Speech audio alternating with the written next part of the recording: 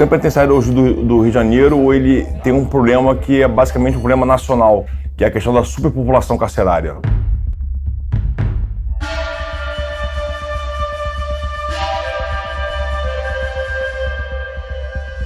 Nós temos hoje 53 mil presos para 28 mil vagas, ou seja, o sistema está acima da capacidade, há unidades que operam com mais do que o dobro de sua capacidade, que já chegaram a operar com o triplo ou quádruplo da sua capacidade. Então, sem dúvida nenhuma, o maior problema é a superlotação.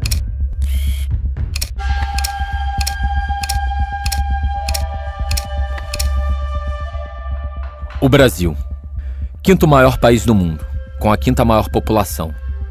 É o terceiro em número de presos, fica atrás de Estados Unidos e China. São 831.396 presos, que se acomodam em apenas 423.243 vagas, distribuídas em 2.608 presídios e carceragens. 831 mil presos para 423 mil vagas. Seguindo a mesma proporção, 10 passageiros viajariam num Fusca. 24 pessoas subiriam num elevador de 2 metros quadrados. 700 paulistanos ocupariam um vagão de metrô saído da estação Carandiru. O sistema prisional brasileiro tem como marco a inauguração, em 1850, da Casa de Correção, no Rio de Janeiro, penitenciária que depois se tornaria o Complexo Frei Caneca. Um século e meio depois, o crescimento da população carcerária explodiu. Entre 1990 e 1999, o aumento foi de 115%. Entre 2000 e 2009, 103%. Eram 90 mil presos em 1999. Aumentou para 232 mil em 2000 e chegou a 496 mil em 2010. Já hoje, falta ar nas prisões do Brasil.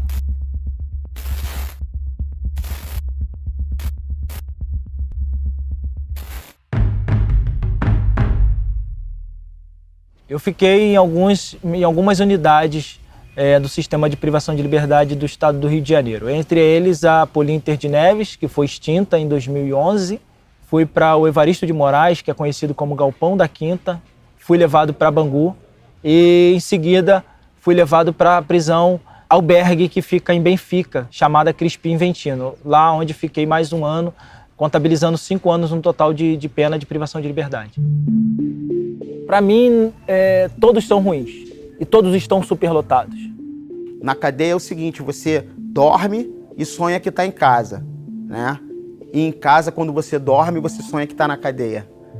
Todo espaço em que ele é determinado a ter um tamanho, um número de pessoas, está com um número consideravelmente maior, essa relação do espaço físico e de acomodação, ela se torna mais conflituosa. Quando chega num ambiente de prisão, a primeira coisa que tem é um jargão que nós usamos, é enterrado vivo. Você se sente enterrado, parece que você já não pertence mais ao tecido social, você já é uma coisa à parte. A superlotação chega a ponto de nos colocar, enquanto presos, em condições que a mente humana pensa que não vai dar conta de suportar. Eu vivi, por exemplo, situações onde nós tínhamos no máximo de 16 a 20 metros quadrados, onde nós tínhamos 100 pessoas e a capacidade para o espaço era de no máximo 20, 25. A configuração do ambiente relembrava, né, remetia àquela época medieval, daqueles calabouços, né, as grades com espaços mínimos, grades que quase você não conseguia colocar o dedo assim, para fora da grade. Dormir em pé, porque não tinha jeito, ou então pendurado na grade, e o momento de dormir, ou você revezava, um ficava em pé e o outro deitava, que um dormia para um lado, dormia para o outro, e se você saísse daquela posição, você perdia ali o espaço, né? O espaço era reduzido automaticamente. Quando tu levantava, os corpos fechavam aquele espaço ali, não tinha mais como você voltar à posição que você saiu, então você tinha que ficar em pé. Deixa a caneta aí. Pô, pois é, não vendeu ele ainda não? Fiquei 4 anos e 8 meses recluso no sistema e a maior parte foi no Complexo Penitenciário de Bangu 3. Cara, eu vi muita coisa. Muita coisa. Aquelas redezinhas penduradas, várias redes uma em cima da outra. Quem tem comarca, era um privilégio, olha, era um privilégio, porque se eu sou fulano de tal, um menor mais fraco, ele vai até levantar da comarca para me deitar, se não tiver mais espaço, além de que ir no chão de valete. Óbvio que essa situação de superlotação gera, querendo ou não, uma espécie de sentimento de animalesco. Você perde a sua dignidade, você se vê ali como uma coisa, né, mais que coisificado, às vezes até transformado num bicho, e isso, obviamente, te tira o padrão de moralidade. Então, o preso ele faz coisas que uma pessoa que está aqui fora acha repugnante. Mas para quem vive a situação dele, quem come a comida estragada, quem tem que ter rodízio para dormir, os padrões passam a ser outros. E aí, a situação de barbárie que nós verificamos quando acontecem os massacres, elas se justificam por esses motivos. Nós tínhamos 9.300 presos, né? Isso em 1991. Hoje o Rio de Janeiro tem cerca de 60 mil presos. E a verdade é que poucas unidades prisionais foram criadas nesse período, em descompasso com esse crescimento exponencial da população carcerária. Eu começo a trabalhar numa unidade prisional que o presídio tinha 900 presos e tínhamos 3 defensores públicos lá dentro. Então, cada defensor público trabalhava com 300 presos. Hoje, cada defensor público ali trabalha com 1.100, 1.300 presos. Então, primeiro, a mudança radical da quantidade de presos, né? É óbvio que a qualidade do nosso serviço também cai. Essa explosão de presos não veio acompanhada de um número proporcional de todas as instituições e agências que trabalham com o sistema carcerário. Então não aumentou o número de defensores públicos, não aumentou o número de promotores, não aumentou o número de juízes, não aumentou o número de agentes penitenciários e não aumentou o número daqueles profissionais que atuam, por exemplo, na questão da saúde dentro do sistema prisional. Sabe, você fica numa unidade onde tem 300, 400, 500, 600 pessoas que está disponível para esse espaço, chega a 1.200, um guarda, 2, 3, 4, 5 guardas de plantão numa unidade como essa. Como é que vai dar conta? Então você tem um déficit de profissionais e um superávit, vamos dizer, de presos, né? O que gera uma superpopulação carcerária. E a gente sabe que grande parte do crescimento da população carcerária, não só no Rio, como em São Paulo e em outros estados, tem a ver com o maior número de pessoas presas por tráfico de drogas. Policiais prenderam uma quadrilha que abastecia o tráfico de drogas no sul do Brasil. A polícia de São Paulo prendeu 36 pessoas. E a polícia prendeu uma quadrilha que traficava drogas. Policiais prenderam traficantes que vendiam drogas. E a Polícia Federal prendeu essa manhã. E a polícia prendeu. Prendeu hoje no Rio. A polícia prendeu ontem. Prendeu. Prendeu. A lei é muito clara. A lei diz que a pena privativa de liberdade deve ser usada naqueles casos de crimes com violência, né? De crimes em que há um risco à vida. Se essa legislação realmente fosse cumprida pelos juízes, a gente tinha um número infinitamente menor de pessoas presas acusadas de tráfico de drogas.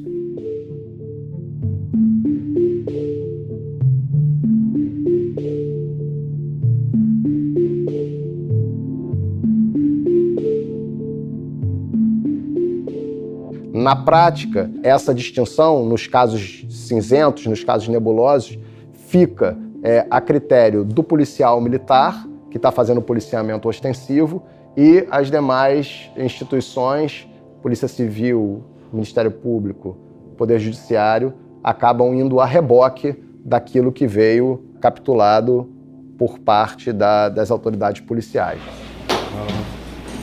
Sorri, vocês estão sendo filmados. A gente não pode esquecer que o sistema penitenciário no Brasil é um grande funil, né? É um funil que tem uma entrada gigantesca e uma saída diminuta. Nós prendemos, né, uma quantidade enorme de pessoas que, ao fim e ao cabo, vão ser julgadas inocentes ou vão receber uma pena diferente da pena de prisão. Então, você tem milhares de pessoas que estão presas injustamente e, claro, que quando elas são eventualmente inocentadas, elas não têm nem conhecimento suficiente para acionar, por exemplo, uma defensoria pública para que essa pessoa seja compensada pelo tempo que o Estado lhe tomou. A velocidade com que se prende é maior do que a velocidade com que se disponibiliza a vaga. Principalmente aqui em São Paulo, que a média de aprisionamento aqui em São Paulo é muito maior do que a média do Brasil. Não estou dizendo que prende ruim, discordo de quem afirma que São Paulo ou o Brasil prende ruim. O Brasil prende quem comete crime. Praticou um fato típico antijurídico, culpável, está sujeito a ser sancionado pelo Poder Judiciário. Aí ele vai para uma unidade prisional. Antigamente era, ou a pessoa ficava presa, ou era liberdade provisória. Hoje nós temos várias hipóteses alternativas à prisão. Prisão domiciliar, monitoramento eletrônico, recolha do passaporte. Ali criou várias hipóteses. Juiz, em vez de prender, eu tenho 11 hipóteses aqui, 11 ou 9, não importa. Estou te dando mais 9 hipóteses para você não deixar a pessoa presa. Então use a prisão como o seu último recurso. Pasme, o número de presos aumentou. A questão da população carcerária que um país tem não é em si um problema. O problema que eu vejo não é quantos presos nós temos, é o que nós fazemos com esses presos. E nós precisamos criar ambientes de disciplina, precisamos que os presos tenham uma ocupação e trabalhem 8 horas por dia e estudem também. Então a questão não é quantos presos nós temos os presos que nós merecemos ter, que o nosso momento histórico nos permite, né? Nós temos o que saber o que fazer com eles. O que nós estamos fazendo, fizemos historicamente com os presos foi muito pouco.